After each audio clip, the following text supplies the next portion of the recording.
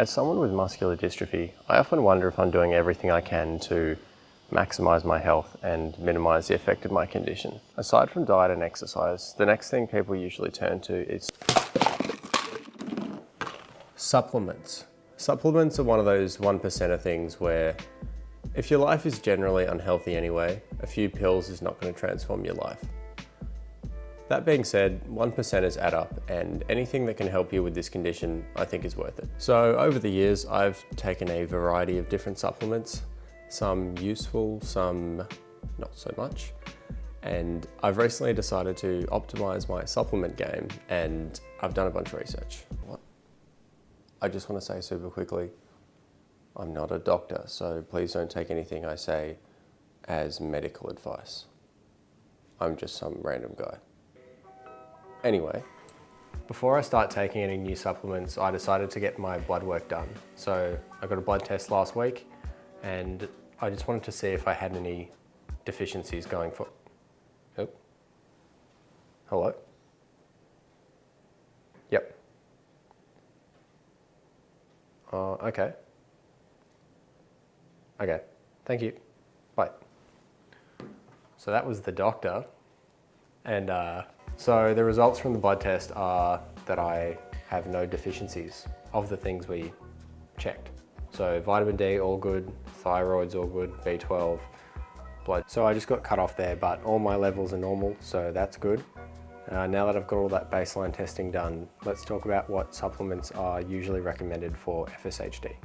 If you Google FSHD supplements, you're generally met with the advice to take creatine and antioxidants. I've been taking creatine now for quite a while, and I understand the importance of eating an anti-inflammatory, antioxidant-rich diet. If we take a look at the supplements I've been taking over the last little while, we've got creatine, CoQ10, vitamin D, omega-3 and magnesium.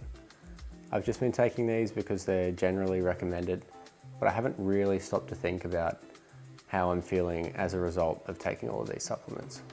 Apart from creatine.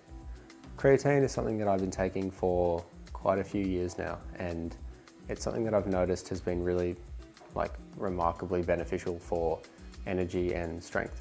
Apart from that, I haven't noticed a massive difference from taking all of these supplements. I came across a really fantastic podcast the other week with Dr. Mark Tarnopolsky and Priscilla Sharoon on the My FSHD podcast. I'll link it down in the description below if you want to check it out. I definitely recommend it if FSHD is part of your life in some way. A lot of things are discussed in that podcast, but one of the main takeaways from me was that Dr. Tarnopolsky talks about that there's a certain cocktail of antioxidants that you can take, so supplements, that can actually be really beneficial for FSHD. When we talk about FSHD not having any cure or treatment yet, that doesn't mean there's nothing we can do. Priscilla talked about it in the podcast as she's someone with FSHD as well. And she spoke about something that I've experienced, which is every year you see a specialist and they don't really give you any information about what you can do. It's sort of okay, yep, you're still here, all good, nice, see you next year. And that's not really too helpful. And a lot of people in this space have had to do a lot of their own research to try to find anything to even try to help themselves out.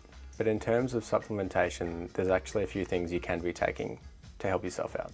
I've done some ferocious Googling and found out what this cocktail of supplements is, and it is as follows: creatine, CoQ10, alpha lipoic acid, and vitamin E. Something that I found quite profound from the podcast was this. Point one is that you have to very carefully choose what you're putting in. You've got to know dose, and every one of these has pharmacological principles that we have to understand. You can't just keep throwing everything in and saying, well, let's take a bit of this and let's take a bit of that. We tried that once where we were trying to shut down gene expression following exercise by blunting what's called oxidative stress completely. It looked like it was doing the opposite. And I said, dude, you made a mistake. You probably mislabeled the tubes. There's something wrong. And lo and behold, when we actually measured the blood, what was in a Petri dish, an incredible antioxidant, when a person ingested it, we found that it was a pro-oxidant. So it worked in the opposite direction. And so you've got to be very, very careful. So you can change one ingredient and you can flip something from being beneficial to being harmful. Whenever you decide to try taking a new supplement, there's always the risk that it could interact poorly with something else you're taking and actually make things worse for you. So if you're thinking of trying something new, please go through a doctor first so you don't make things worse for yourself. With that being said, my new supplement regime looks like this: creatine, CoQ10, alpha-lipoic acid, vitamin E, and casein. You'll notice that I added on something at the end that I haven't talked about yet, and that's casein. There was a study from the 50s where people with muscular dystrophy took a certain cocktail of supplements, and it had some overwhelmingly positive outcomes. It took patients with different forms of muscular dystrophy and put them on a very specific supplement regime and measured the results. I actually followed this particular regime when I was about 15 and noticed like a massive increase in leg strength and size, which was cool. This was when I could still run, so that could have a lot to do with it, but it was very positive. The main thing I did was have a casein shake once a day. If you've ever had casein, it's sort of just super thick, gluggy, gross protein powder in my experience. And for that reason, 15-year-old me refused to have it anymore, despite the positive results.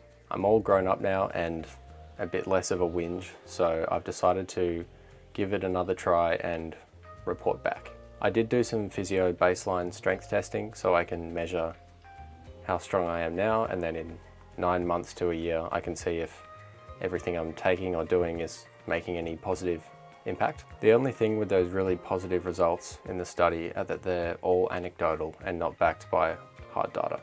So that does question the validity of the study, but either way, I'll chuck it in the description and you can check it out for yourself. So that's my new and improved supplement regime. I'm excited to see how I go, and I'll check back in about 9 months to a year and see if I've improved. I'd love to know how you've gone with supplements, and hopefully we can all help each other out. I hope you got something out of this video, because I definitely did. Don't forget to subscribe, and I'll see you all next week. Bye.